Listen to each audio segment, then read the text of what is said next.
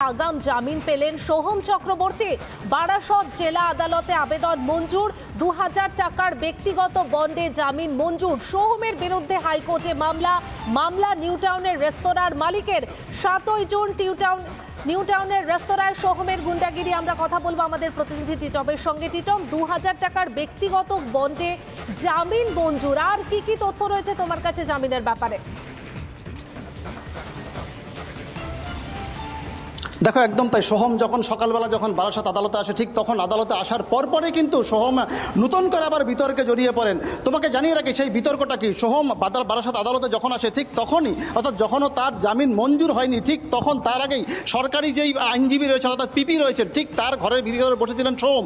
জানিয়ে কিন্তু বিরোধীরা শিবির তারা কিন্তু প্রশ্ন তুলতে শুরু করেছেন যে যেখানে দাঁড়িয়ে একজন অভিযুক্ত, তিনি অভিনেতা বা যে বিধায়ক, তিনি কিভাবে সরকারি আইনজীবী তার যে ইজলাস রয়েছে সেখানে গিয়ে তিনি কিভাবে বসেন, যেখানে তার যে জামিন, সেই জামিন এখনো পর্যন্ত মঞ্জুর হয়নি। ঠিক তারপরই যদিও তার আইনজীবী তিনি কিন্তু ছাপাই দেন যে তারা বিচারকের কাছ থেকে অনুমতি নিয়েই তাকে অর্থাৎ যে বসার জন্য আদালত চত্বরের মধ্যে যে কোনো জায়গায় তিনি বসতে পারেন, এমনটা কিন্তু ছাপাই দেন। জানিয়ে কিন্তু বিরোধী শিবিরের আইনজীবী তারা কিন্তু প্রশ্ন তুলছেন যে এটা কিন্তু সমাজের মাধ্যমে কিন্তু এটা কটূক্তির বিষয়। যদিও শাসক দল বলেই কিন্তু এটা সম্ভব, এমনটাই কিন্তু বিরোধী শিবিরের আইনজীবী যারা রয়েছেন তারা প্রশ্ন তুলছেন। তোমাকে জানিয়ে রাখি যে 2000 টাকার ব্যক্তিগত বন্ডে মূলত 4টি ধারায় যে মামলা রুজু করা হয়েছে সোহমের বিরুদ্ধে, সেই ধারায় তাকে বারাসত আদালত জামিন দেওয়া হয়। তুমি জানো যে আগামীকাল কলকাতা হাইকোর্টে তার যেই অর্থাৎ বিচারপতি অমৃতা সিনহা, সেই তার বেঞ্চেই মামলার তার যে বারাসত অর্থাৎ যে হাইকোর্টের যেই মামলা রয়েছে সেখানে শুনানি হবে। কিন্তু তার আগেই আজকে বারাসত আদালত তাকে জামিন দিয়ে দিয়েছে। কিন্তু প্রশ্ন একটাই যে অর্থাৎ এর আগে যখন সোহমের যে ঘটনা সামনে আসে, অর্থাৎ যেভাবে রেস্তোরাঁর মালিককে মারধর করা হয়, যেভাবে সিসি ক্যামেরার ফুটেজ সামনে নিয়ে আসেন রেস্তোরাঁ মালিক, অর্থাৎ বারবার করে সোহম যখন বলছিলেন, তখন কিন্তু সমাজের বিভিন্ন মাধ্যম কিন্তু এই নিয়ে সোহমকে নিয়ে কার্যত বলা চলে এরা কটূক্তি শুরু হয়। যদিও সোহম পরবর্তীতে তিনি তার অর্থাৎ যিনি অন্যায় স্বীকার করেছেন। কিন্তু প্রশ্ন একটাই, একজন জনপ্রতিনিধি হয়ে, একজন বিধায়ক, একজন অভিনেতা হয়ে তিনি কিভাবে একজন রেস্তোরাঁর মালিককে মারধর করেন, এই প্রশ্নটা কিন্তু ঘুরপাক কাটছে। যদিও রেস্তোরাঁ মালিক তিনি কিন্তু হাইকোর্টের দ্বারস্থ হয়েছিলেন এবং হাইকোর্টে সেই মামলা হবে আগামীকাল। কিন্তু বারাসত আদালতে এসেও কিন্তু আজকে যেই বলা চলে যে সোহম যে তার যেই পুরনো সেই বলা চলে যে সোহম অনিমিয়ায় তিনি কিন্তু আদালত চত্বরে প্রবেশ করেন এবং আদালত চত্বর থেকে বেশ কিছু সময় থাকার পরে তিনি কিন্তু ওখান থেকে বেরিয়ে যান। বেরিয়ে গিয়ে তাকে যখন বারবার আমরা জিজ্ঞাসাবাদ করি যে আপনার জামিন মঞ্জুর হয়েছে কিনা, আপনার বিরুদ্ধে যে ধারাগুলো নিয়ে আসলো, তিনি কিন্তু কোনো রকমভাবেই মন্তব্য করতে নারাজ। তিনি বলছেন আইনত বিষয়, জুডিশিয়াল বিষয়, আমি এই নিয়ে কোনো মন্তব্য করব না। স্বাভাবিকভাবে যেই প্রশ্নটা কিন্তু বারবার উঠছে, সোহম কিন্তু সংবাদ মাধ্যমকে এড়িয়ে গেলেন। কিন্তু সংবাদ মাধ্যমকে এড়িয়ে গেলেও এখানেও কিন্তু প্রশ্ন যে বারাসত আদালতে তিনি সরকারি আইনজীবী, অর্থাৎ আমরা সাধারণত যেটা জানি যে সরকারি আইনজীবী যখনই কোনো অভিযুক্তকে আদালতে নিয়ে আসা হয়, তখন তার বিরুদ্ধে হয়ে সেই আইনজীবী সওয়াল করেন। সেই জায়গায় দাঁড়িয়ে সরকারি আইনজীবীর যে এজলাস, সেই এজলাসের মধ্যেই সোহম বসেছিলেন, একজন বিধায়ক যিনি অভিযুক্ত ছিলেন। যদিও অর্থাৎ যত সময় পর্যন্ত তার জামিন হয়নি, ঠিক তার আগেই স্বাভাবিকভাবেই অর্থাৎ সেই প্রশ্নটা কিন্তু অর্থাৎ সমাজের বুকে যখন চলে আসে। আবারও একটা বিতর্ক উস্কে দিয়েছেন সোহম যে সরকারি আইনজীবীর এজলাসে তিনি কিভাবে বসে থাকতে পারেন, সেই প্রশ্নও উঠছে। আমরা পরে আবারও তোমার কাছে ফিরবো। আপাতত ধন্যবাদ তোমাকে। আর এই যে ঘটনা, বারাসত জেলা আদালতে আবেদন মঞ্জুর।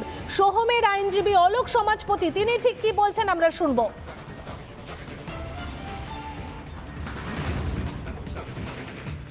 টিউমান দিয়েছিল, 506 দিয়েছিল, 323 দিয়েছিল, অল আর বেলেবেল 2000 টাকা। আজকে উনি সারেন্ডার করলেন, all are bailable section and accordingly for the bail. আগাম জামিন পেলেন সোহম চক্রবর্তী। বারাসত জেলা আদালতে আবেদন মঞ্জুর। 2000 টাকার ব্যক্তিগত বন্ডে জামিন মঞ্জুর। সোহমের বিরুদ্ধে হাইকোর্টে মামলা নিউটাউনের রেস্তোরাঁর মালিকের। 7ই জুন নিউটাউনের রেস্তোরাঁয় সোহমের গুন্ডাগিরি। আমরা কথা বলবো আমাদের প্রতিনিধি টিটমের সঙ্গে। টিটম, 2000 টাকার ব্যক্তিগত বন্ডে জামিন মঞ্জুর। আর কি তথ্য রয়েছে তোমার কাছে জামিনের ব্যাপারে? দেখো, একদম তাই। সোহম যখন সকালবেলা যখন বারাসত আদালতে আসে, ঠিক তখন আদালতে আসার পরপরই কিন্তু সোহম নতুন করে আবার বিতর্কে জড়িয়ে পড়েন। তোমাকে জানিয়ে রাখি সেই বিতর্কটা কি। সোহম বারাসত আদালতে যখন আসে, ঠিক তখনই, অর্থাৎ যখনও তার জামিন মঞ্জুর হয়নি, ঠিক তখন তার আগেই সরকারি যেই আইনজীবী রয়েছেন, অর্থাৎ পিপি রয়েছেন, ঠিক তার ঘরের ভিতরে বসেছিলেন সোহম। জানিয়ে কিন্তু বিরোধীরা শিবির তারা কিন্তু প্রশ্ন তুলতে শুরু করেছেন যে যেখানে দাঁড়িয়ে একজন অভিযুক্ত, তিনি অভিনেতা বা যে বিধায়ক, তিনি কিভাবে সরকারি আইনজীবী তার যে ইজলাস রয়েছে সেখানে গিয়ে তিনি কীভাবে বসেন, যেখানে তার তার যে জামিন, সেই জামিন এখনও পর্যন্ত মঞ্জুর হয়নি। ঠিক তারপরই যদিও তার আইনজীবী তিনি কিন্তু ছাপাই দেন যে তারা বিচারকের কাছ থেকে অনুমতি নিয়েই তাকে অর্থাৎ যে বসার জন্য আদালত চত্বরের মধ্যে যে কোনো জায়গায় তিনি বসতে পারেন এমনটা কিন্তু ছাপাই দেন। জানিয়ে কিন্তু বিরোধী শিবিরের আইনজীবী তারা কিন্তু প্রশ্ন তুলছেন যে এটা কিন্তু সমাজের মাধ্যমে কিন্তু এটা কটূক্তির বিষয়, যদিও শাসক দল বলেই কিন্তু এটা সম্ভব, এমনটাই কিন্তু বিরোধী শিবিরের আইনজীবী যারা রয়েছেন তারা প্রশ্ন তুলছেন। তোমাকে জানিয়ে রাখি যে 2000 টাকার ব্যক্তিগত বন্ডে মূলত 4টি ধারায় যে মামলা রুজু করা হয়েছে সোহমের বিরুদ্ধে, সেই ধারায় তাকে বারাসত আদালত জামিন দেওয়া হয়। তুমি জানো যে আগামীকাল কলকাতা হাইকোর্টে তার যে বিচারপতি অমৃতা সিনহা সেই বেঞ্চেই মামলার তার যে বারাসত তার যে হাইকোর্টের যেই মামলা রয়েছে সেখানে শুনানি হবে। কিন্তু তার আগেই আজকে বারাসত আদালত তাকে জামিন দিয়ে দিয়েছেন। কিন্তু প্রশ্ন একটাই যে অর্থাৎ এর আগে যখন সোহমের যে ঘটনা সামনে আসে, অর্থাৎ যেভাবে রেস্তোরাঁর মালিককে মারধর করা হয়, যেভাবে সিসি ক্যামেরার ফুটেজ সামনে নিয়ে আসেন রেস্তোরাঁ মালিক, অর্থাৎ বারবার করে সোহম যখন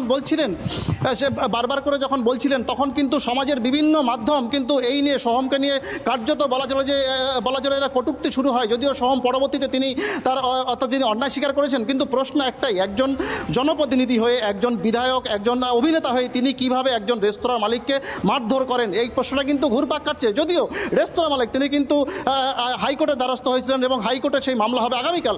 কিন্তু বারাসত আদালতে এসেও কিন্তু আজকে যেই বলা চলে যে সোহম যে তার যেই পুরনো সেই বলা চলে যে সোহম মিয়ায় তিনি কিন্তু আদালত চত্বরে প্রবেশ করেন এবং আদালত চত্বর থেকে বেশ কিছু সময় থাকার পরে তিনি কিন্তু ওখান থেকে বেরিয়ে যান। বেরিয়ে গিয়ে তাকে যখন বারবার আমরা জিজ্ঞাসাবাদ করি যে আপনার জামিন মঞ্জুর হয়েছে কিনা, আপনার বিরুদ্ধে যে ধারাগুলো নিয়ে আসলো, তিনি কিন্তু কোনো রকমভাবেই মন্তব্য করতে নারাজ। তিনি বলছেন আইনত বিষয়, জুডিশিয়াল বিষয়, আমি এই নিয়ে কোনো মন্তব্য করব না।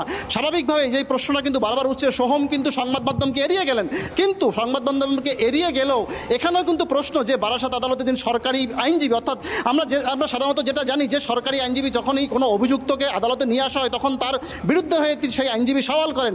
সেই জায়গায় দাঁড়িয়ে সরকারি আইনজীবীর যে এজলাস, সেই এজলাসের মধ্যেই সোহম বসেছিলেন, একজন বিধায়ক যিনি অভিযুক্ত ছিলেন। যদিও যত সময় পর্যন্ত তার জামিন হয়নি, ঠিক তার আগেই স্বাভাবিকভাবেই অর্থাৎ সেই প্রশ্নটা কিন্তু অর্থাৎ সমাজের বুকে যখন চলে আসে। আবারও একটা বিতর্ক উস্কে দিয়েছেন সোহম যে সরকারি আইনজীবীর এজলাসে তিনি কিভাবে বসে থাকতে পারেন, সেই প্রশ্নও উঠছে। আমরা পরে আবারও তোমার কাছে ফিরবো। আপাতত ধন্যবাদ তোমাকে। আর এই যে ঘটনা, বারাসত জেলা আদালতে আবেদন মঞ্জুর, সোহমের আইনজীবী অলোক সমাজপতি তিনি ঠিক কি বলছেন আমরা শুনবো।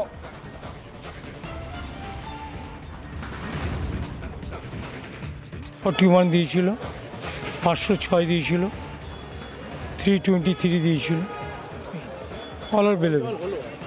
2000 টাকা আজকে উনি সারেন্ডার করলেন, all are bailable section, and accordingly got the bell.